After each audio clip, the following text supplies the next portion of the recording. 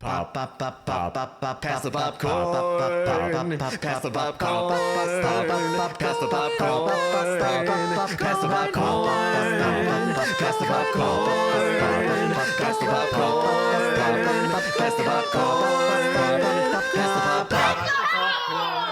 Welcome to Pass the Popcorn, where the alternate ending crew gets together to talk about movies. I'm film school dropout Rob Jarasinski. Across from me is my casual moviegoer wife, Carrie Jarasinski. You know what? That's not the worst you've ever done. Really? Yeah. Thank you. I appreciate that. Who am I pointing to? I don't know who you're pointing to, but visiting us from Zoom is critic in residence, Tim Brayton. Also visiting to us from Zoom from sunny California is Brennan. And also, are you recording this, Rob? Because I'm not seeing that on the Zoom window. Oh, don't worry. But you're doing it on your thing? I've got a standalone unit. I don't have... Wonderful. That's what all the ladies have told me. I'm not beholden to Zoom. But you know what? Okay. Gang? Just double checking. Yeah, this gang... I am, for the record, I am recording on my side just in case. So if nothing else, we have audio of me. And I'm the marquee star, so it's not like... Yeah, perfect. And I have my audio too, and I'm the seventh build, so, you know. I'm just going to go ahead and... You're the mute beloved myself. character actor. Yes, I'm Elliot Gould.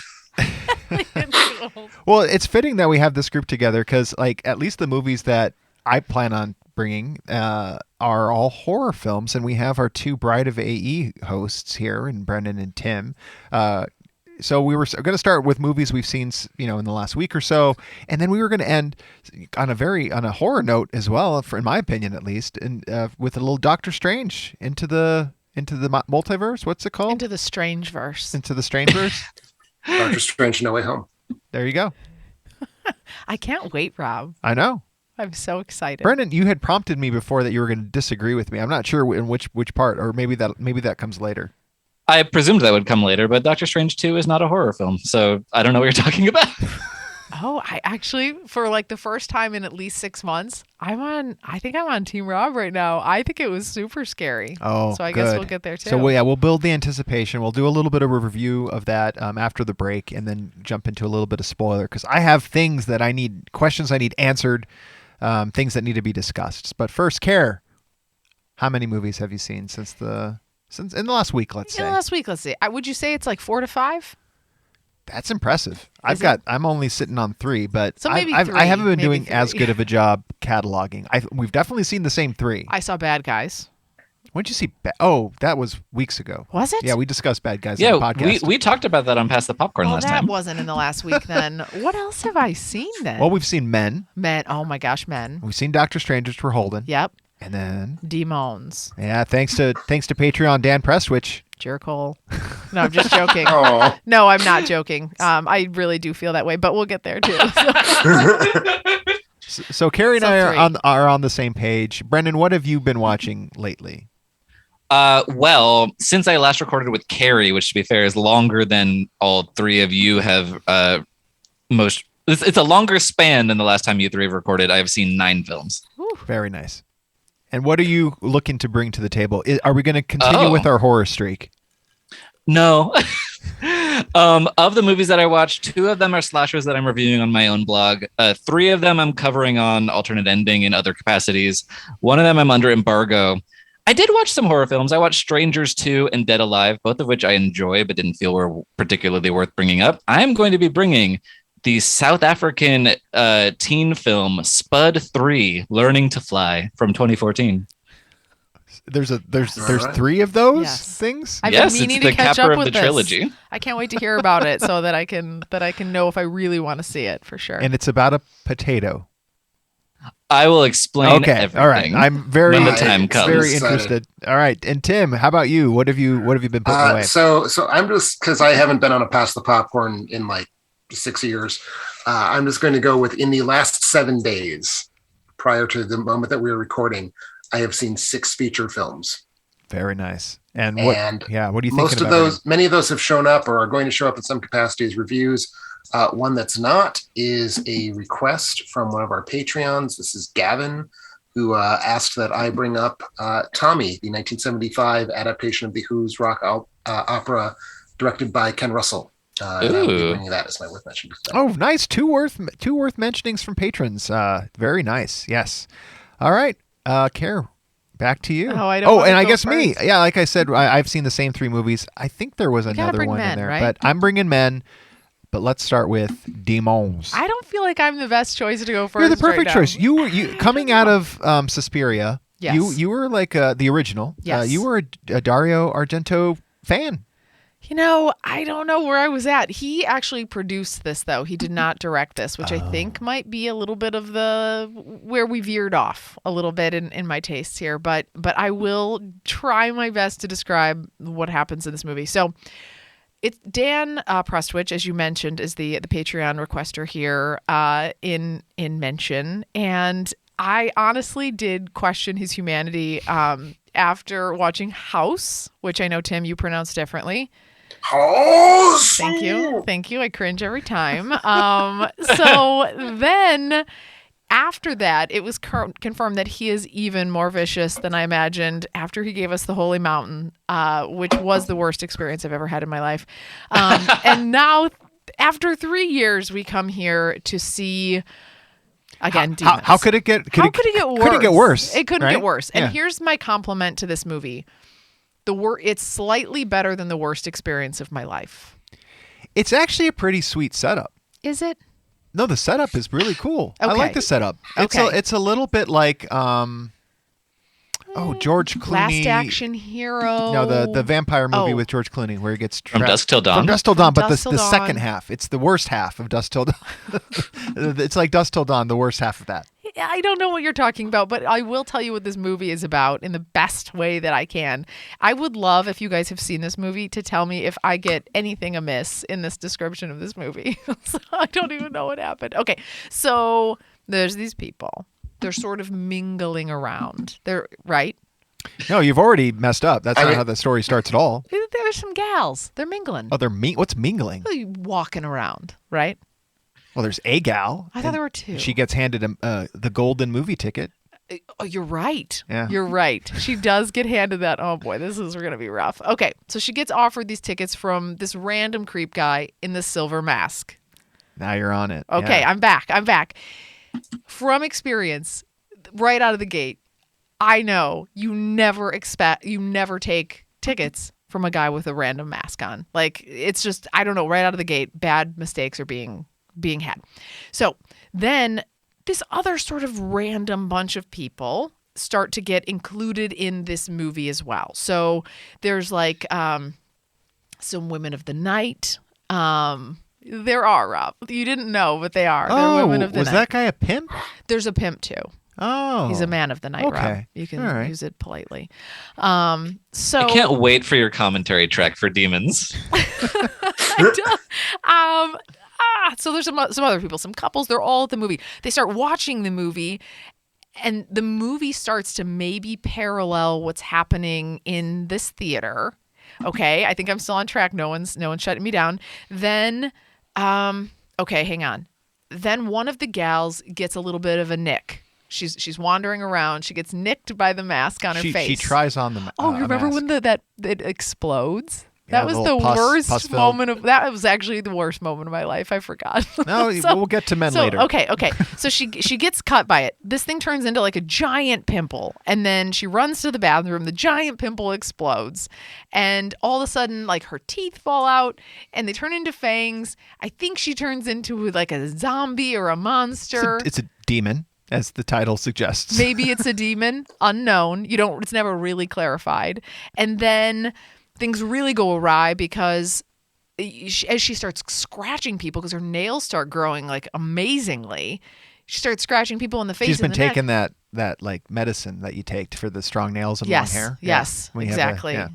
That people on Facebook try to always push on me, but I never do. I've got these little, like, Keratin. weak Is it nails. keratin? Yeah, I've got Yeah. very weak nails. They look very sturdy. The nails are very sturdy, enough to like rip out people's neckle regions, and then everybody starts turning into these same zombies. And then everyone's getting eaten. So it's just a bit of a debacle, is what I would call it. In the theater, there's a couple people, though, who emerge. I don't want to spoil what happens. There's a couple people that emerge victorious. Actually, it's just one. Is that a spoiler? Yeah. Okay. For a horror movie, not usually. Okay. Somebody leaves victorious, flies out of there, even though everybody's been dead or eaten or scratched in a vicious way. These monsters, there is a sole survivor, and they drive off with an unknown end. Like, what's going to happen to this person who I won't tell you who it is. But there's lots of death, lots of gore. And here's the other thing for me in this. Like, do you remember, Rob, are these practical effects? Yeah. There was no, yes, actually all of them I think are. Even the eyes, they put some sort Italy of... Italy in 1985 was not going to be doing anything other than practical effects. I did not notice one Italian accent, so I didn't even know it was from Italy, personally. But so that's actually a question I have. And joking aside, was this dubbed? Because Yes. I thought yes, but their lips were perfect, like saying the thing, and maybe there were enough similarities in the English words and the Italian words. They could very well have been speaking English on set. Yeah, who knows what they were saying to each other. Typically, the Italian films of the 70s and 80s were filmed without sound and dubbed later. If I'm not mistaken, it's like 89 is when Italy starts recording synced sound. Everything up till then, basically from the war, is overdubbed. Wow. So you would you'd go into a studio after the fact and ADR it or whatever? Yeah. Wow. And this is why Italian films tend to have multinational casts, is because they're not recording audio. So you can have a German actor speaking German and an American actor speaking English and an English actor speaking English, and it doesn't matter because they're all just going to be overdubbed later anyway. Who knew? Wow. If I'd known that, I would have maybe not liked it any more than I already did. Amazing. See, to me, and I've said this in multiple places, the sort of weird, detached, floating quality of the voices in Italian horror is among my very favorite parts of Italian horror. Yes, I completely agree with that. But for some people, find it to be a huge impediment. They sure do. They sure do. Just depending on how you receive audio information, your brain can short circuit staring at one of these. So this is absolutely the case. I've learned some things now that I'm working on a horror movie. Oh, I've learned the term giallo. Is this giallo? No, it's gigolo. No, this is not giallo. Okay, it's not Jello. all right.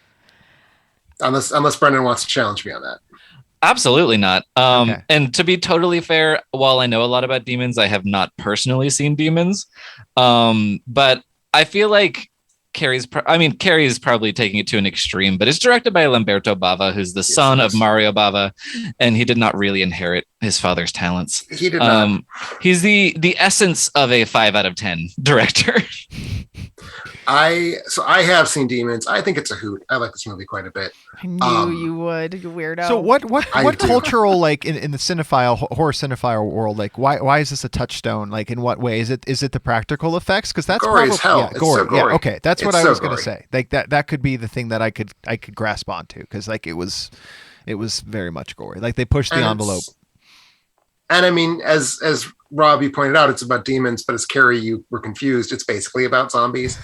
and I mean, the 80s zombie movies from Italy in the 80s is just a thing. There's like 7 million of them, and they all have really good gore effects and really plots that when they're doing well are generic and when they're doing poorly are incomprehensible.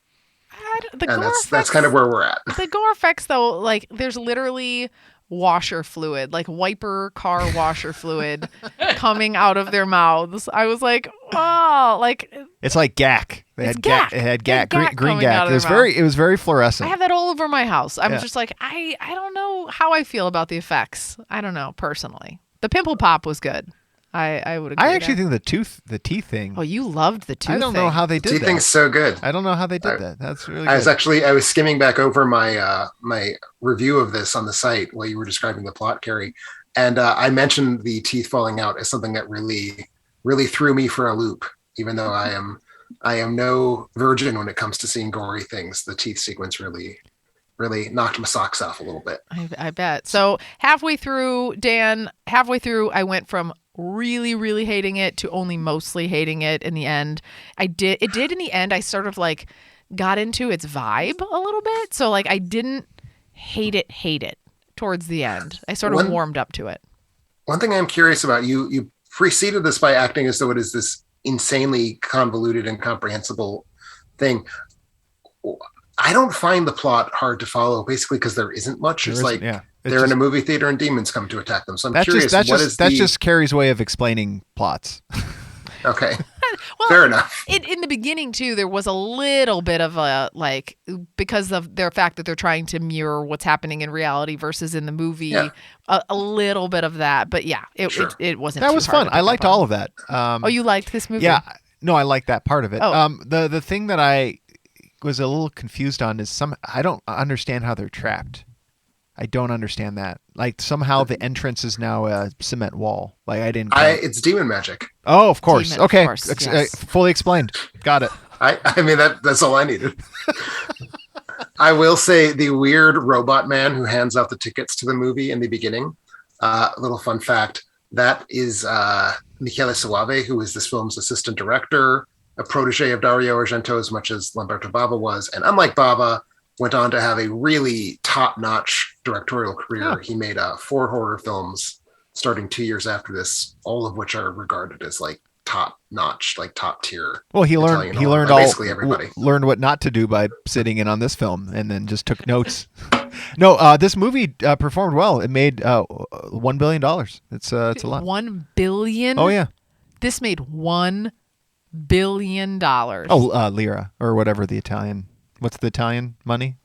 Lira. Yeah, lira. So what does that equate to? It's not much. Like like a $1. It's like it did have a sequel, and the sequel is squirrelier. Oh. Which may or may not make it better. I enjoy the sequel more. Well, good news. It is clearly worse. Good news, Tim. We have to watch Dan that assigned too. us the sequel as well. He We're going to do keeps back to getting back. worse. Pass the Dan, popcorn. you are a saucy fellow, and I love it. The question I have is, do we go for the trifecta and then watch what was going to be the third installment, The Church? I think? Well, The Church is a Michele Soave film, and it is a magnificent horror masterpiece. And when you two don't like it, I'll be heartbroken. So no, I don't want you to see The Church. Okay. Stop it too. Stopping it too. So it's Demons 2. Oh yeah. Oh, that's what it's called. Yeah. Okay. Dimone due. All right. Ooh, well, it sounds pretty in Italian. it does. Everything sounds pretty intense. Pretty It's language. very romantic. So thank you again, Dan. Anything else? I feel like I dominated that whole thing, Rob. No, it was Anything only else you like a wanna say? 20-minute conversation. Sorry. Totally So fine. Well, sorry. I want to reiterate. I think that movie is swell. I think it's a good time. And it is one that I want to see, even though I'm not hot on Lamberto Bava. But this is supposed to be like, the one where he kind of pulls out all the stuff. The only Lamberto Bava films I've seen are the 2 Demons films, so I can't speak to the rest of what he did. But I think Demons 1 is a pretty snappy piece of directing, honestly. All right. Yeah, I'm down. You've convinced me, Carrie. I'm going to watch it. Oh, sounds good. Well, thank you again, Dan, for being you. Really appreciate it. All right, Brennan, what do you got for us? Okay, yes, Spud 3, Learning to Fly. So I reviewed a film for Alternate Ending called 3 Months. It was a Paramount Plus exclusive starring pop singer Troye Sivan. And I was like, oh, great, it's his film debut because, he started as a YouTuber, became a pop singer, now he's doing movies. Turns out he made a trilogy of teen movies in South Africa in the early 2010s called Spud, based on a series of young adult novels of the same name. It follows, the coming of age of a young man who is a scholarship student at this kind of prestigious boys' academy in South Africa. And it's set in the early 90s, specifically at the end of apartheid in South Africa. I don't think it benefits very much from being positioned right next to apartheid because I don't think it's doing enough with it. And the movies are, of course, pretty racist in and of themselves, even though they seem to be positive that apartheid has ended, but not particularly good about portraying characters who are not white people. But in terms of, okay, so basically Spud is the nickname of the character because everyone at this boys' school has their own nickname. He is named as such because his genitals have not grown yet, and so they resemble a tuber of some sort. Wait, what's a tuber? Potato. A fingerling potato. Oh, okay. I've seen that before. That's fine. It's fine. Yeah. So yeah, the whole franchise is named after his dick, so that was interesting. So yeah, I just So watched... is the exciting climax to this trilogy of films when his balls drop and his penis no longer looks like a spud? Strangely, no, it's not. It doesn't really come back in a big way. It's just mainly about, things that young straight boys try to do, like, you know, kiss girls, play pranks, get away with things. Generally, it is exactly as problematic as all of the American like teen boy movies. So if that is a subgenre that you would like, there is something interesting about seeing those tropes transferred over to like a South African milieu. And actually, I thought the third film was the best. So if you like the first one, you should keep going. This one got a new director. The first two were directed by Donovan Marsh. This one's John Barker, who has a directorial hand that the first two kind of don't. This one did not have any sort. Did not have any sort of clue what a calendar was or how time works. It's kind of a chronological kaleidoscope. Over the course of a school year, it slips from Easter to Halloween to summer, and then it enters fourth term. And I'm like, how? This is the longest year I've ever been in. Well, I'll point out that South Africa is on the other side of the equator, which means that Easter to Halloween to summer is the correct order. But Halloween would still be October. Yes, but summer in South Africa starts in December. That's a great point. Oh, that is an interesting point. Let me reconsider. So is it truly Spud 3 that does not know how calendars work? I still think yes. Okay. Because I was looking up how school terms work in South Africa, and term 3 should have happened before Halloween. Okay. And so it's still kind of fucked. But thank you for bringing that up, because I was like, there must be something I'm missing. I'm still confused. So if I You're were missing the global South, no big deal. If I were to now who's erasing the lived experience of brown people, Brendan? You know. Not Brennan. If I were to jump into Spud 3, I would have no sense of why he's called Spud. There's no reference. Oh no, they don't like it's they don't open every movie with like, I'm a Spud and here's my dick. I'm just not gonna watch this. I'm pretty sure. Actually, I would very much not recommend starting with Spud 3 because you will have no fucking clue what's going on. I can't imagine even picking this up. Like being like, I'm gonna watch this movie called Spud about a micro penis. Like I can't. Well, it's not about his penis, except for the ways in which he is trying to insert it into various people and things, you know, among other activities. See, even that makes it feel like a more exciting movie than I suspect it is. It's not. It's just, you know, it's a horny coming of age movie from South Africa, and if that sounds interesting to you, I vaguely recommend it. All right. Well, that sounds good. I don't know, Tim. Are you but I thank you for your service. Are you going to be able to top that, Tim, with your movie? I mean, yes and no. I don't expect to walk out of this conversation with any of the three of you wanting to see Tommy. But Tommy is a movie I fucking love. It's the third or fourth time I've seen it. So the backstory here is The Who, the second most important British rock group post the Beatles. There's, the Beatles, the Stones, the Who. So that's sort of the order they come out, the order that they become very popular. In 1969, Pete Townsend, the sort of creative head of the Who, really wants to start pushing the limits on what the album can do and what rock music can do. So he comes up with this crazy idea for a thing called a rock opera and writes Tommy, a 2-disc, 2 LP set. There's no real sense in which it's an opera, but it is this sort of weird, like, rock cantata that's telling the story of a young boy who witnesses his mother and father murder his mother's lover. So he sort of psychosomatically develops blindness, deafness, and can't speak. But he does become an absolute world-beating champion at pinball. And his pinball skills lead him to become the Jesus-like leader of a cult of pinball fanciers who view him as sort of the savior of like 60s hippie culture, basically. I mean, that's a sort of, I'm trying to force a plot on a really weirdly plotless collection of stuff, but that's basically what Tommy is. A blind pinball player is really good at it and becomes Jesus. So a few years later, Pete Townsend decides that the time has come to push Tommy to another level, even than the very well-received, extremely best-selling album. And the producer, Robert Stigwood, who would later be responsible for some just remarkable failures, notably Sgt. Pepper's Lonely Hearts Club Band, the weird Beatles movie. Stigwood. That is maybe the worst film experience I've ever had, is watching Sgt. Pepper's. I mean, it's maybe the worst movie I've ever seen, but I would by no stretch of the imagination call it the worst film going experience I've had. It is delightful. But that's Sgt. Pepper. Sgt. Pepper's very bad. Tommy's very good because Tommy hired Ken Russell to direct it, who is at this point, 1975 is when the movie comes out. Ken Russell has firmly established himself as the kind of like weirdo, visionary, lunatic, crazy person of British cinema. He has by this point released his epic story of the life of Gustav Mahler called Mahler. He has made a film called The Music Lovers. His big hit from 1969 was Women in Love, which was this very taboo busting adaptation of a D.H. Lawrence novel. So he's just this madman, basically. And his movies are all these crazy, kaleidoscopic, just smash all of these images together that I can, and to hell with whether it makes sense. It's going to be an experience.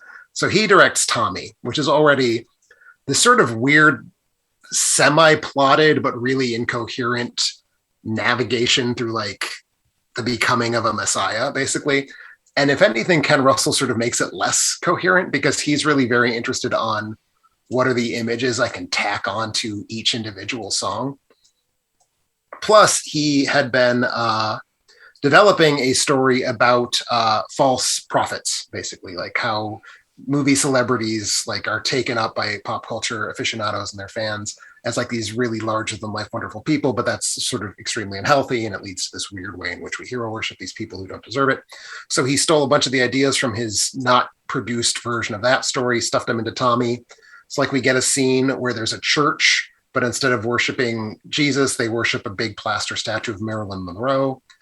So it's that kind of movie. It's a movie that's just got all of these visual ideas just being shoved into what sort of are like Who music videos, but it's less schematic than that. It's more just kind of rush of surreal images set to really great performances of what I think are some really, really phenomenal rock songs. I think Tommy is a terrific album.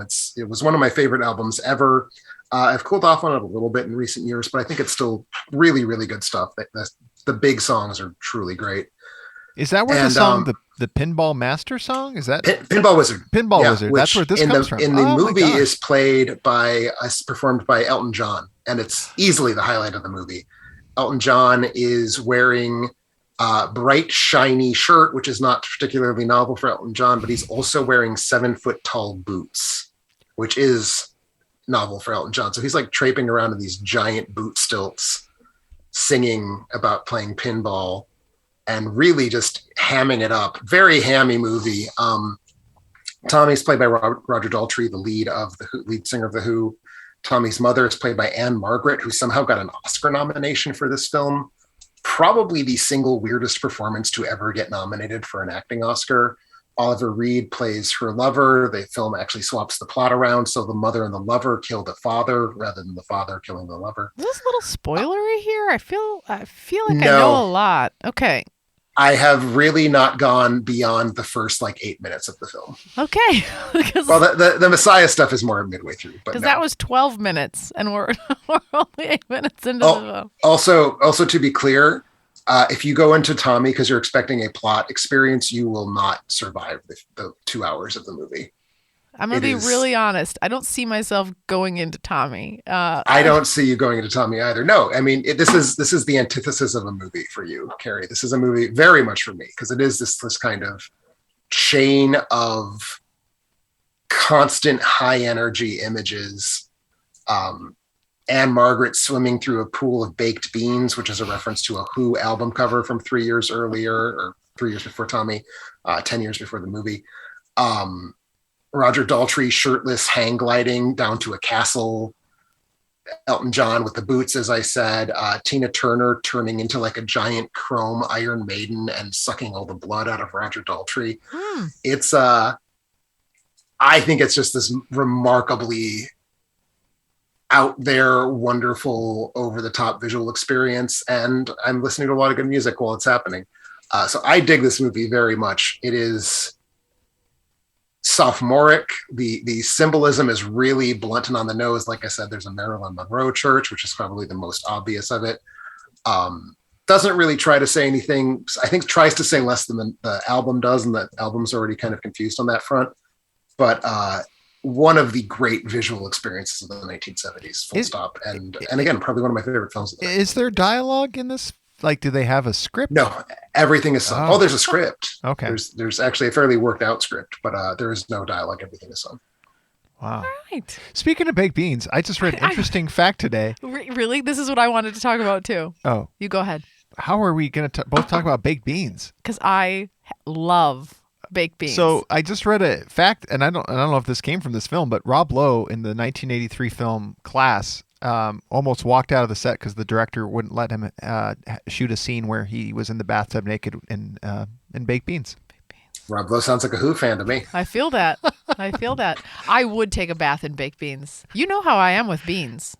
So maybe you should go straight to the baked beans scene and see if you like that. And if you like that, you should go back. Let's move and watch on. the rest of Okay, Tommy. I might do that. Oh man, kind of Wow. want some right now. I don't know how I can top it. Yeah, give it a go. I'll kind of circle back actually with my pick to Demons because, Kara, we went to go see Men, the new Alex Garland film that comes out. Oh, I guess that would have just come out as this podcast release. When this podcast goes live, it is already out. And we went to a theatrical experience where, my goodness, if that film experience was replicating what was going to happen in the theater, that would have really creeped me out. Sure. Instead, what we have is the latest film by Alex Garland, and which is Men, and it was my most anticipated film of the summer, which was a giant mistake for me. I read a review that suggested that this was Alex Garland's version of Mother, the Aronofsky film. Sure. And I wondered what in hell that meant, but also if that meant that you were going to be giving it like a star. Let me start by saying some positives. It is beautifully shot.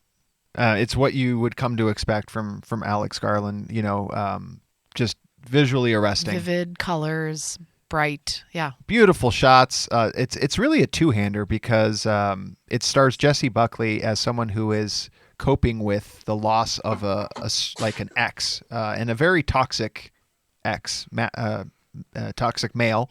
And the other character and characters are played by Rory Kinnear, who plays multiple roles. And I don't think it's a spoiler to say embodies different types of men that people may encounter. He embodies different forms of toxic masculinity. Toxicity. Yeah. And I would say the first third of the movie, I was 4 stars in because it was very slow and plodding. But I was digging it was very atmospheric. I think, Tim, you're going to really, I think Tim and Brent, enjoy this. I think Brennan's going to like it too. Do I regret not putting this on my most anticipated? Yes. I don't know. I think Brennan's going to like it too. I don't know because here's the thing, Tim, it's a message movie and it's very, I do not like message movies. yeah, but it's not even subtle. The thing I learned to like about Annihilation is that I had to have that explained to me. I still love the conversation that we had. I think back to that Alex Garland conversation of what that film truly is about, and I like that. But this one is very much this is what it is. There's no subtlety, and I don't know if that'll bother you or not because it depends on how good the imagery is. Okay, well then you're gonna like it. Yeah. Especially the last third is and again, this is why it ties back to Demons. It really pushes the envelope with my gag reflex and my comfort level with so what I'm seeing on screen. It's the most graphic thing that I can possibly imagine having seen in the longest time. But it's also such a it's a metaphor. And it's going to get out there, but we're not going to say anything. You'll know it when you see it. It's supposed to be a metaphor, sure, but it's there is probably a more subtle way to get that metaphor across. No? No, I don't think so. Okay. I think that's coming from, maybe a man's perspective. on the which you had a problem with, right? Like, as far as like, is it Alex Garland's place to have a film on male toxicity? That's what I asked. Here's my woman's thing. Perspective on that. Well, and this is just something I'd throw out to all of you. Like, I have this question of, I don't have a problem when, somebody tries to address a really hard topic in the world, even if it doesn't directly, like, they're not in that group, because to me the representation of that is important. And it's like, if you're doing your best to put that out into the world because your heart's in the right place, for lack of a better way to say it, like, to me, I don't have a problem with that in most cases. I know that in general, though, the world has a problem with that. You see somebody like put out a movie and it's like, well, you're not a member of that community or that group, and people take issue. So you take a movie like this, which, again, like Rob said, it is 100% about very specific elements of toxic masculinity. I'm going to have a hard time getting that out. Toxic masculinity that, like, are people going to have a problem with somebody like Alex Garland putting that, into a movie, or putting that out there and trying to sort of describe it? And I don't know how you guys feel about that. I mean, I'll need to see the movie to really be able to answer that question. But I will say, I don't care, like, 99% of the time. Yeah, I think I the don't only either. time I've ever cared ever was the movie Detroit.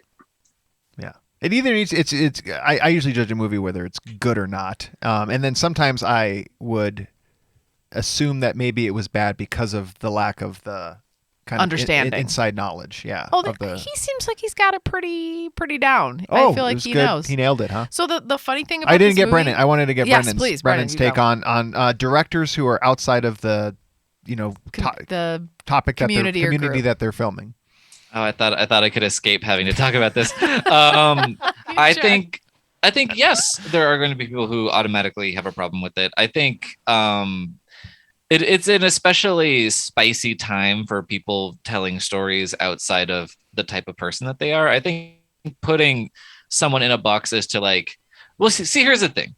It's white men just are constantly making problems. And that's the problem. But, like, I don't ever want to put other people in a box where it's like, oh, you're a black woman, you can only make film about black women. Like, that's extremely limiting. Yep. And also, if you're telling white men to only make films about white men, the only movies that will come out will be films about white men, because they're the only people who get directing jobs right now, and that's another problem. I think ultimately it's a really, really complicated and layered issue at that, and some people are better at it than others, and it's just like, ultimately it all boils down to the fact that other movies need to be made by different types of people more often, and that's really the problem. But anyway, just and back to the idea of, like, the fact that this is a message movie and the fact that it's unsubtle. I think that subtlety of image and subtlety of symbol is a quality that can sometimes be overrated. Like, think about Spotlight, where there's those shots with the church looming over everything like a big, kaiju monster. I think that unsubtlety is something that is powerful and interesting when it's used properly. But when it is in service of a message that can be boiled down to, I assume it sounds like the movie can be boiled down to toxic masculinity is bad. And if an hour in they're still hitting that drum, it can be really exhausting. And that's when lack of subtlety can be really annoying. Oh, now I'm really interested. I would love for, I know you both will probably see it. And I also have questions on the ending because I don't understand it. Karen, maybe you can do an endings explained article. Oh, I get the whole thing. If you understand it, go for it. I don't know what the hell happens at the very, very end. The other weird thing that we never talked about is I really like this movie. What? We left the theater and Rob was just bagging on it over and over, and I just listened like a woman does to. And I kept trying to explain to her why it's bad from my male from your male position of dominance. Yeah, and I was just like, and I was trying to point out the things that I really liked about it and the message. And to Rob's point, like, I think even the beginning, yes, it takes a weird turn in the last maybe fourth of the movie, but overall, I thought it was creative and it was inventive, and I was scared. Like, it's really scary. And the last bit of it is super gory, but, like, I was kind of into, like, I was cringing, and I definitely was peeking through my fingers to try and, like, watch it because it's so graphic and, like, blah, like, I can't even describe to you how graphic it is. I imagine actually this is a bit of it's a teaser. I imagine Rob has seen something like this before. Yes, I have. And so now you guys just think about that. No, don't. Let's not spoil it. That's not spoiling it. Anyway, so I left this feeling like I liked the message. I think the message resonates and will resonate with a lot of women. And I think portraying it in this super graphic way, an astonishing way, and watching it, like, I will never forget any element of this entire movie. This movie does not make its budget back, 100%. 100%. But that's no measure of quality. That was a given. No, yeah, I'm not saying quality-wise. I just think that this is going to get no. The follow-up from the director of Annihilation was never going to turn a profit. So, unless it was made for like $100,000. Yeah, it's a big budget. I think it was 60. Was it 60 million? I could have sworn that's what it was, but yeah, someone can correct me. It's a big. I just feel bad with that money going not to waste, because again, good art. It's not a waste. No, my favorite kinds of movies are the ones where they give a whole ton of money to someone who's never going to return it to the studio. Not unlike Tommy, for that matter. You guys are going to love it. Come back and then be in Team Carrie. Come back, love it, and then we can all gang up on Rob, and it's going to be so much fun. All right. Sounds good. Well, until then, before we head to our break, you might be wondering about ways to support the show. Get early access and exclusive content. Make us watch a movie, just like Dan and... Who else was that, Tim? Gavin. Dan and Gavin made us do. Pick your own episode topic and more from our Patreon site. Also have our merch out. People continue to procure themselves either mugs or t-shirts from a variety of different quips and things that we've said. I like our shirts. I like our cups. I know, I do too. I've been having my coffee out of it every single day. You'll be able to find more information on the site. Carrie's working on getting that out there, the link out there. But in the meantime, check the podcast notes. It's right there. Also, Carrie, any reviews that you want to share? No. Okay. I did write you. And I wrote you back. Well, now I was already in the midst. Oh, I see it now. No reviews. Also want to thank our listeners who support the show and make their Amazon purchases through our site. Doing is easy. Just go to our website, alternateending.com, click on our Amazon banner, and seamlessly go about your purchases. All proceeds go to making our show better. Since our last episode, here were the things that were purchased. Books and textbooks. Stranger in My Own Country. Feel that for sure. Business and industrial supplies had some electrical tape. It's the flame retardant kind. That's important. Yes. Sometimes that electricity create a little spark. Big fire. Fire happens. Yeah. Also had 3M. Fun fact on the subject of flame retardation, I very nearly burned my house down yesterday. I was grilling and I forgot that underneath the patio where I was grilling, I had recently spread a bunch of dried straw. And the sparks fell upon the dried straw and caught. And I had to dump several gallons of water to prevent. Can you share the words that came out of your mouth? I was thinking, the scream. I want to hear was it a scream? Was it like... It was a scream. I picture something, but I want to know what you said. Or what well, noise you made. I was by myself, so I didn't talk because I'm not a weird person who just talks out in the world. You wouldn't say I think I said something like, "Oh darn." Oh, I was gonna say "Oh dear." I was so close. Oh yeah, I could see an "Oh dear." It might have been "Oh dear." It could very well have been "Oh dear." I could have seen a two hand face could have grab. been like a "Oh gosh." Oh gosh. Something like that. But I can hear a small high pitched scream. I'm also like, oh no. It was much closer. Like gosh. Oh dear. Oh dear. It's just something I had to go deal with, so I dealt with it, and I didn't die. I'm glad you didn't die. And then I had delicious bratwurst afterwards. So glad to hear that. Also had some 3M multi-use colored duct tape, because if you're getting duct tape, why not make it colorful? Absolutely. Yeah. Agreed. People make clothing out of duct tape. I've heard that. Yeah, duct tape dress. Sticky. It's a sticky situation. Yeah. Also had some barbells. Someone's lifting some weights. Tim, this is right up your alley. 2.5 pounds. That's I know. And a 5-pound weight as well. It was unkind, Robert. That was unkind. I liked it. I know you did. Also had on Blu-ray and DVD, we had the roundup of The Red and the White, The Confrontation, Winter Wind, Red Psalm, Electra, My Love. It must be like a collection of some sort. The Miklos Jaensko collection. Oh, I need to get that collection. Well, that's a big collection. And he's a Czech film director of some importance. Okay. And then on video on demand, we had a rental of Fatal Attraction. I've always wanted to see that. It's a great thriller. Is that with Jamie Lee Curtis? No. It's with Glenn Close. Really? Interesting. I was thinking it was not Glenn Close.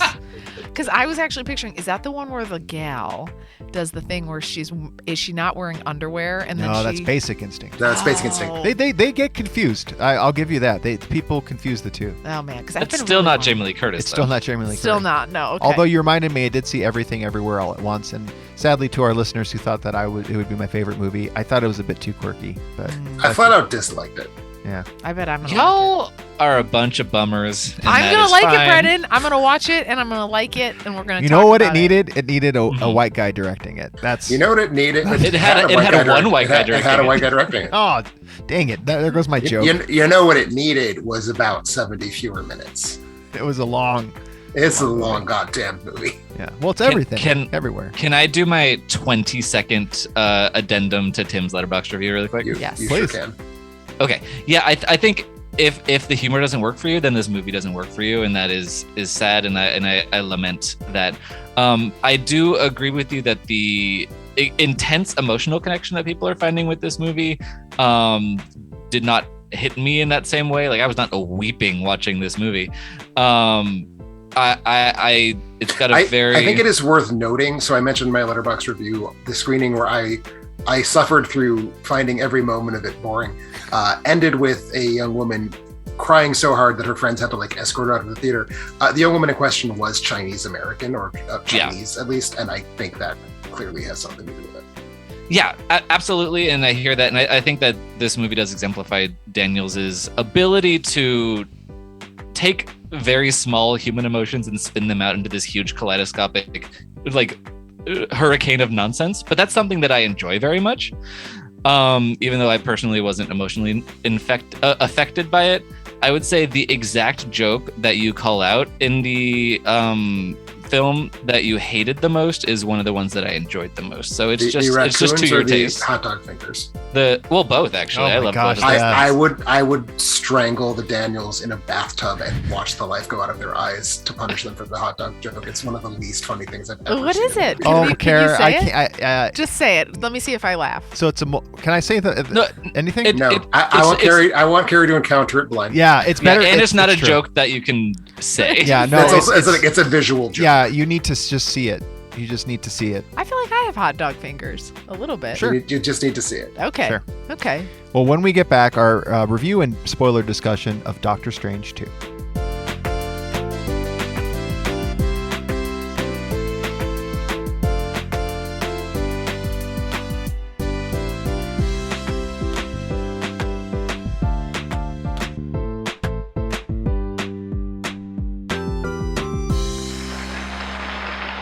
Carrie, you and I try to stay healthy, right? I try to exercise most days. I eat a lot of egg whites and kale until about 4 p.m. And then I'm just chips and dip until bedtime. Same. And like you, Care, packing all the healthy stuff in meals to try to reach my goals hasn't worked. And, I hate taking vitamins and pills. Mm-hmm. Thankfully, Athletic Greens AG1 has the answer. With one delicious scoop of AG1, you're absorbing 75 high-quality vitamins, minerals, whole food source superfoods, probiotics, adaptogens to help start your day right. This special blend of ingredients supports your gut health, your nervous system, your immune system, your energy recovery, focus, and aging. All the things. But here's the thing. It sounds great, but it also sounds like it tastes kind of healthy. No, it actually tastes great, not healthy. It has a tropical flavor that makes me think of our upcoming trip to the Caribbean. And it will leave you feeling more alert and clear during the day. Also helps you get your Z's. I can use all those things, but Rob, you also know I'm a little bit cheap. So how much would something like this set us back? Care, it's cheap enough even for you. Whoa! AG1 is less than $3 a day, so you're investing in your health instead of that cold brew habit. Okay, all right. Sign me up. Right now, it's time to reclaim your health and arm your immune system with convenient daily nutrition. It's just one scoop in a cup of water every day. That's it. No need for a million different pills and supplements to look out for your health. To make it easy, Athletic Greens is going to give you a free 1-year supply of immune-supporting vitamin D and 5 travel packs with your first purchase. All you have to do is go to athleticgreens.com/emerging. That's EMERGING. Again, that is athleticgreens.com/emerging to take ownership of your health and pick up the ultimate daily nutritional insurance. Perfect. Anybody need a little potty break? Or are you ready to rock? I'm ready to rock. I'm All okay. right. Carrie, you know what we do with these, right? No, don't send it to Oh, me. yeah. No, because I don't know what Plot. happened. Plot. I don't actually know yeah, what happened. I that's already perfect. did the plot once with that Demons movie.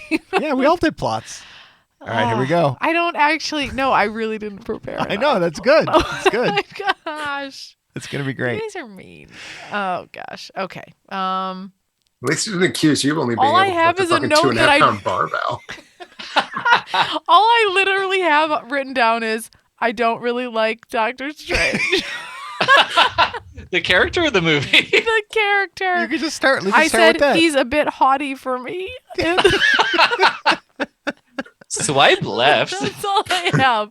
I was swiping left. I don't remember what happened. Okay. This All is right. all going on the episode, Oh, right? now it like, is. tell me that this is all For going sure. on the No, For episode. sure it is. no, Well, we're okay. back. We're And back. cut back in. All Okay. right, we're in. Go ahead, Care. Walk us through. We're back from break, and you're walking us through Doctor Strange. I actually don't know what the hell the title of Doctor this Strange in the Multiverse of Madness. is. In the Multiverse of I thought it Madness. was Doctor Strange Medicine Woman. So, Okay. um, So what happens in this film, Care? yeah. All right. Hang on. I'm going to jump right into it. Without spoiling. 'Cause Without spoiling, I won't. Yes, without spoiling. No, I won't do because that. we were going to spoil it at a specific mark. I will let folks know for those who have not seen it. Although it is doing very well at the box office, seemingly everybody is out to see Doctor Strange in every Marvel movie. It did have a pretty severe second week drop, though. Okay, as opposed to everything everywhere all at once, which was having like increases, and obviously it went from limited to wide, but even after it went wide, it like didn't drop. It probably it's raking it in. I'm happy for it. That was a 3.5-star movie. But anyway, speaking of multiverses, because that one also features a multiverse. I'm glad you mentioned multiverses, Rob. I actually have a note here. I don't think I like multiverses. I think I did take that note down very specifically, so I want to make sure we touch on that. I think before you harsh on Yeah. multiverses, Okay. there's a really super cool 7th season episode of Star Trek: The Next Generation Yes. where Lieutenant Worf keeps hopping between different universes in a multiverse, and it's a pretty good episode. Okay. All right. I'll think about that one. Thanks. Okay. So in terms of this actual movie, we're back. Yeah, We see Doctor Strange again for the it starts off second time. with this the is the threat. There's a threat. There's a threat. Oh, Yeah. you know what? You're right. There was. It was kind of like a bit of a fireball-y type monster that was chasing not only Doctor Strange, but also a young girl. And then, is it a dream? Is it reality? What- We don't really know. What is the young girl's power? She doesn't even really know. You know? She knows what it is. She doesn't know how to can't harness it. Her eyes turn white. Okay. She has the ability To open up the doorways into doorways. different planets. multiverses. Worlds, multiverse. Yeah. So I was so close on that Yeah. one. Okay, let me just get through the plot really fast, and then I'd love to move on. Yes, they meet. Then they sort of travel across their dreams into different multiverses. Multiple threats arise. They battle them together, and then we meet. Is this a spoiler to say? Well, yeah. Let's just say Okay. that. We Let's meet just say somebody. that there's someone who's after this Who's young after girl's this power. after this power. Yeah. We don't know who that is yet. And then we see Wong again. Okay. Wong comes back. I feel like we're in a good plot yeah. spot Okay. now. What did you think, Care, of Doctor Strange? It was middle of the road for me. Yeah. I didn't leave feeling particularly excited or like I like Spider-Man. Like is the last one that I was like, oh yeah, this is one Wait, that which I really one? No Way Home? the most recent one. Okay. I liked that one. That was one where I left like 4 stars. I Also really has had fun. multiverses in it. You're right. Yeah. I didn't like that either. That brought it. Technically, Spider-Man has one universe with different multiverse characters coming into it. Doctor Strange goes to different universes. Yeah, I Fair. think that's what it is. You're right, Tim. I think that's what it is. So for me, this one was a little bit all over the place. I don't actually love Doctor Strange. He's like one notch above Hawkeye for me from an actual hero perspective. Wow, we just finished the Hawkeye series. You can look at me and say that you don't care for Hawkeye more after seeing the series. Yes, I can. Oh wow, I can look at you and say that. he grew on me quite a bit. Did he? Yeah. I The don't know. icy stare when you said that was beautiful. For me, Doctor Strange doesn't do it. So, overall, I thought this was just middle of the road. It wasn't like actively bad, but it also wasn't like actively not bad. Okay. Well, Brennan, given that this is a horror movie, this was right up your alley, directed by a horror director, Sam Raimi, inherited from another like very, I think, a talented horror director, Scott Derrickson. A lot of horror elements in here, right? Can I jump in just real quick while you're sputtering, Brennan, to say that I hate the shit out of Scott Derrickson. Yeah, see, that's what after I'm done me strangling too. the Daniels, I would take one of the Daniels' bodies and club Scott Derrickson to death with it. Probably White Daniel, because I think I like him less. Yeah, you're probably right. But Scott Derrickson made Sinister, and there are some deeply chilling moments of Sinister, but I think it is a 6 out of 10 movie. And it's also his best movie. Yeah, I would say. Anyway, what the fuck was the question? Oh, horror stuff. Sam Raimi made The Evil Dead 40 years ago, and that's a great movie. And he made a couple other great horror movies, up to and including Drag Me to Hell in 2009. But this is Oz the Great and Powerful Sam Raimi. Ouch. This is not even Drag Me to Hell Sam Raimi. And that's what you're going to get from Marvel. I think that there is a lot of there are certain moments where you're like, this is Sam Raimi energy. This is a thing that you would not have gotten if he was not involved in the movie. But I do think it's generally the same way that his Evil Dead films were kind of taking material from the Three Stooges and horrifying it up. This is him taking material from the Evil Dead and Marvel-fying it up, and thus diminishing it considerably. I agree. I would say there are a few, I'd probably say 4 sequences that really feel like pure-blooded Sam Raimi to me. And at least in one of them, he's actually straight up using horror imagery. And I don't want to give away what happens for those who haven't seen it, but it's got some zombie going on. It's got an undead body. And I think the undead body is a fairly repulsive thing to have seen in a Marvel movie, but at the same time, it's not really. If your frame of reference is Marvel movies, it's going to feel horrifying. If your frame of reference is zombies movies, it's going to feel really, really sterile. And my frame of reference in this case would be zombie movies. Also, because if the CGI zombie feels less convincing than the Deadites did in Evil Dead 2 in 1987. Mm-hmm. And I'm not denying the fact that there are horror elements in this movie, but there are horror elements in Willy Wonka and the Chocolate Factory. Like, if you have scary moments, that doesn't make you a horror movie. Because there is a jump scare in this movie. I believe it's in the kind of like water tank hallway situation, and it's not an incredibly effective jump scare. But there are things where you're like, oh, that was more edgy than I was expecting. But it like Tim said, it's just by the standards of what is like by the standards of Eternals. Yes, I think it's kind of where you set your expectations, because that's where I'm at. We brought our 2 young girls, which may or may not have been a mistake. They seemed okay with it after the fact, because this is edgy. This is the edgiest thing they've ever seen, for sure. It is a hard PG-13. Yeah, I think I would. say I can agree with that. I just think it foregrounds things that are not horror. Agreed. Yes. Oh, it is definitely not a horror film, and in fact, we even did our episode on horrifying elements in things that aren't horror films, and I think that's sort of comfortably where I am with this movie. Like, it is a film that uses horror but is not horror. The things I was positive about, and I'm probably at a 3.5 stars on this, which is low for me for a Marvel film. I like that. I like where Benedict Cumberbatch is now with Stephen Strange. It's a very comfortable. I liked seeing his different takes on the different versions of himself that he sees. I actually really liked Wanda's performance, or Scarlet Witch.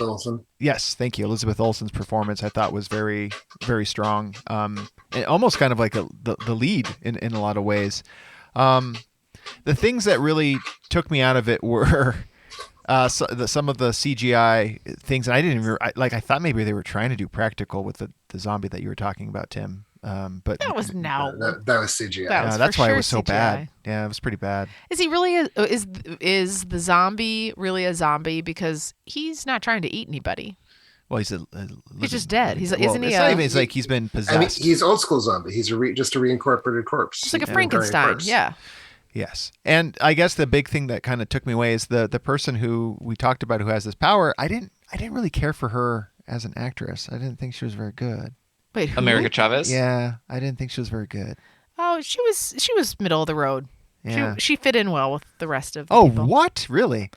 I don't know. The cameos were fun until they weren't. And we'll get in that in spoilers. But yeah, it's I like this better than Eternals. But that's my least favorite Marvel movie, so I don't know where this it lands in the bottom third of Marvel movies. But I like this better than the first Doctor Strange. That one felt a lot tighter and No, because you get what's her face. You get Tilda in the first one. yeah, that's what I'm saying. I think I like Yeah. I think I like the first one better. For sure. Yeah. Hands down. Well, is it safe to anything kind of generally that we want to talk about before we jump into spoilers? Because I have a lot of things I wanted to talk about in spoilers. No. All right, let's do it. Oh, Okay. Go ahead. No, go ahead. Oh, I was just going to say, like, backing up, I don't know that the actress playing America Chavez was necessarily doing a bad job. It's just that character on paper is 9% of a character. There's nothing to her. Yeah, I mean, Rob, you suggested that Wanda is sort of a co-lead, and to a very, she is, because she's the only character who has an arc in this movie. Strange kind of has an arc, but not really. And America Chavez, she has been given the starting point for an arc to be explored in a project yet to come, but she has not been given an arc or even really a That will be coming to Disney Plus television show soon. Yeah, America Chavez does not have an arc. She has gay moms. Yes, indeed. So this is the safe zone now. We're going to move to spoilers. So if you haven't seen Doctor Strange, check back in with us when you have, because we're going to break it down in detail as far as the things that we liked and didn't like, or anything on our minds. Kara, is there anything spoilery that you wanted to start the conversation off with? Yeah, I don't think that I was really digging the mean Scarlet Witch. Yeah. I don't think I was. I don't like that. Was it known to a broader audience? Like if you saw I thought I saw the trailers. I didn't realize that she was going to be the villain for the entire movie. Yeah, they were hiding that. Okay, that's good, because I thought I had just missed something. And our kids, again, if they're a barometer, they were Wanda. Very disappointed to see, and they kept asking many times over the 2 hours and 20 minutes, like, when is she going to turn back good? Yeah, and they did not like that. That's because they look at her as like that's a female hero for them. And we even took one of our neighbor girls with us, and that's like her all-time favorite. So she was just like ready and prepped, and super disappointing for her to just see her as a villain for the majority of the movie. And you know what I learned about multiverses, Kara, that you love so much? Yeah, please tell me. When people die in other multiverses, not a big deal. No. Nobody cares. But who died? Yeah. So many people died. Oh. So many people So died. many people Well, of died. course, we didn't know that going in, because a multiverse, Rob, let me explain it to you. In the multiverse, there's more than one of you, so you can die in one. It's not me. It's like a separate person. Yeah, but you're on a different thread, Rob. You're on like a different line of life. I understand, but in that universe, Yeah, but it's still a life being lost that matters in that universe. it seemed Sure. it seemed by the end of this film that there were like the casualties, which were significant, and like a lot of casualties off screen or happen that we hear about, where entire universes were, or entire multiverse was destroyed. Like it just kind of like it's like no biggie. Like we lost very significant people in very devastating ways, and that's the next thing I want to talk about too. Is like there were some kills. Like there were some harsh kills that I was just not prepared for in a Marvel film. Here's my question, and this is probably an uninformed Marvel question.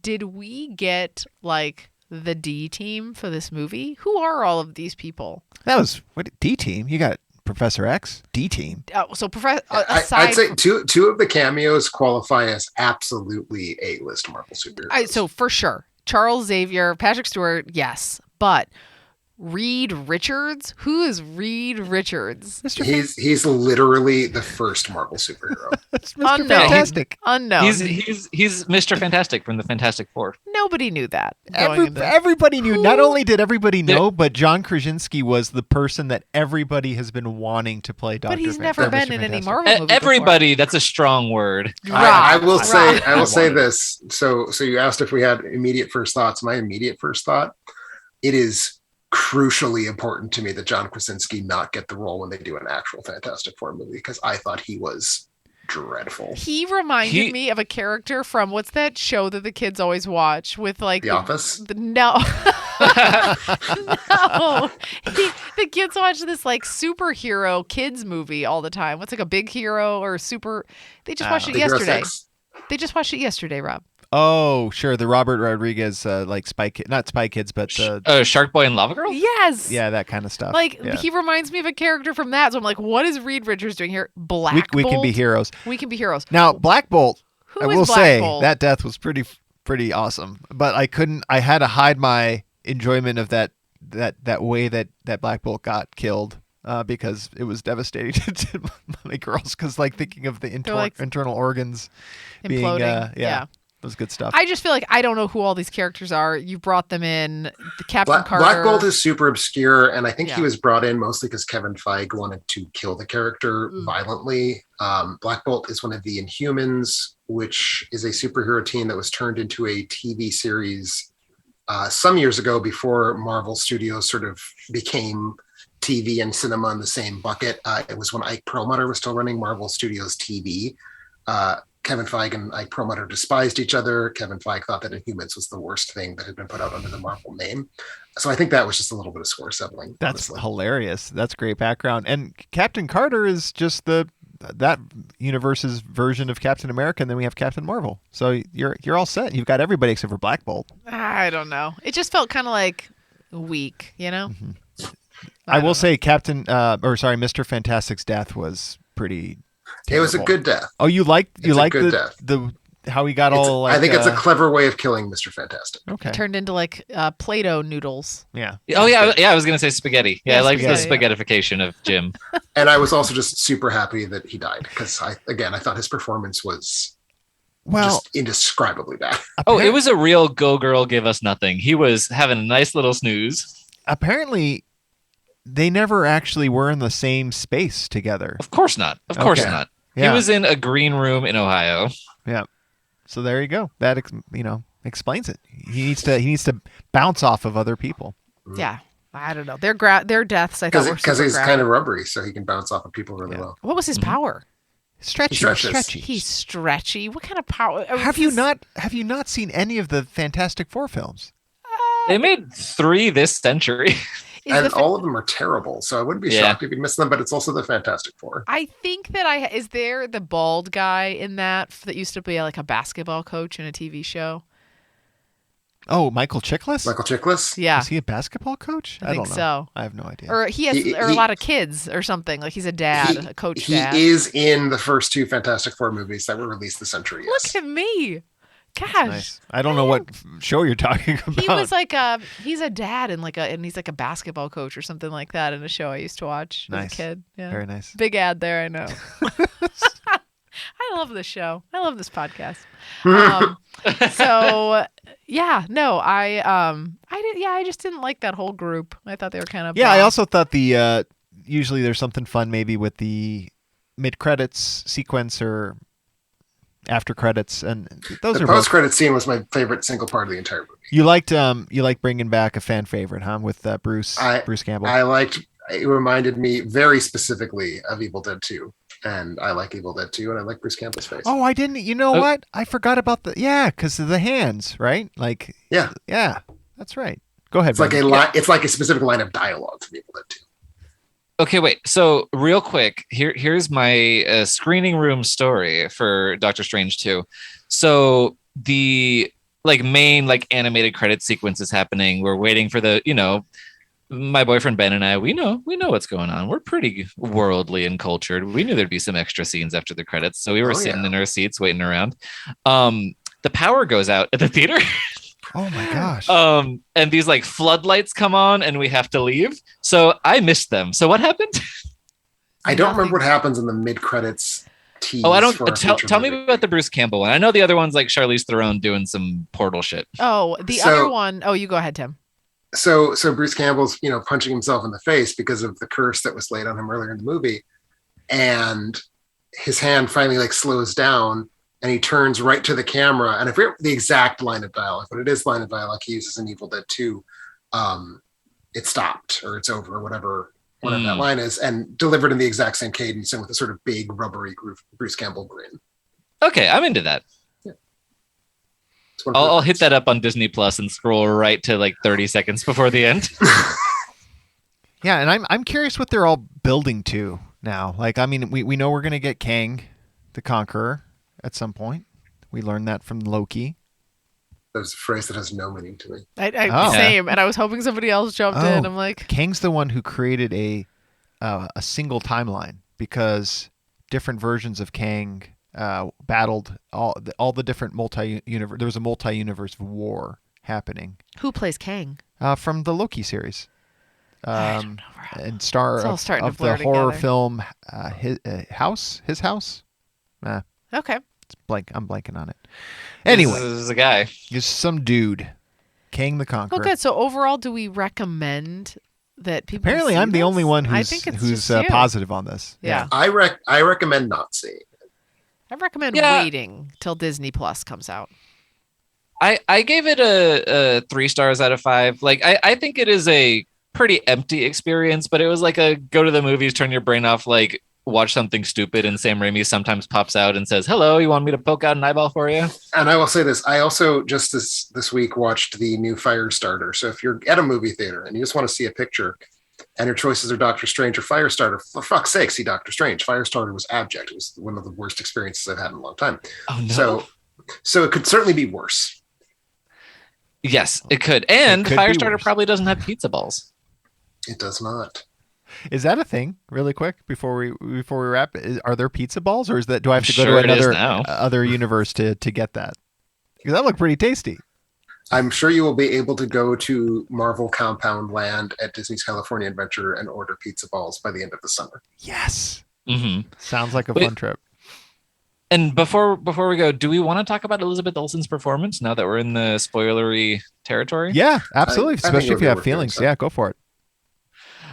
Oh, I didn't say I had anything to say. Well, I would say I liked the moments where she did get the most like cartoonish and lip smacking in her evilness. I enjoyed that quite a bit. I also think that motivationally, just the like I gotta have my kids, whatever, and forget about the fact that I was grieving Vision. Also, it's very random. Not the kid thing, whatever. Never mind. But the second the kids start singing their little song about ice cream, I was like, fuck it.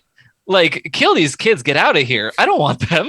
That ice cream song scene was among the worst examples. I think we are living through a very strong period for child acting. I think child acting since the turn of the century has been in a really good place. Those were two of the worst performances of child actors I've seen in a decade. Were those the same kids from Yeah, WandaVision? they're from WandaVision. Yeah. That's why. Okay. Yeah. Yeah. I think they may have made a mistake there. It's hard to go it's hard to go back though. Like now they're established and they really were trying to connect. They could have brought in anybody I would have forgotten. Oh, Yeah, and also they're it's a done. multiverse. It could be it could be two anybody. rocks. True. That's also true. Yes. I agree. They could have gone to this bit in WandaVision where Catherine Hahn, spoiler for WandaVision, which is a terrible show. It's one of the worst things I've ever seen in my life. That's It not made me correct. want to set things on fire. I hated WandaVision. I love WandaVision. They could have gone back for the dog that Catherine Hahn kills. And that could have been the arc. She was trying to save her dog. And I like that dog. It's a good dog. Yeah, and I mean, I'd destroy a young girl's life to get multiversal powers to go hang out with Catherine Hahn. That's There are Also, many frankly, reasons. yes. You're right. Where is Yeah. Catherine Hahn? There was rumor. She's getting her own Disney Plus series. Oh, I thought there was rumor that maybe she was going to show up and they would need her somehow. Is it weird on a small side note? I did think about this during the movie that they're connecting TV series to movies.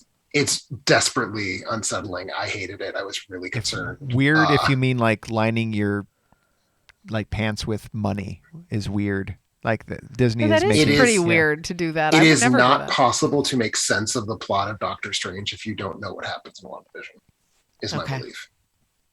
And I find that troublesome. That's a good point. I can't. Yeah, you're right. I wouldn't know. Yeah, because I've seen both. But yeah. Yeah.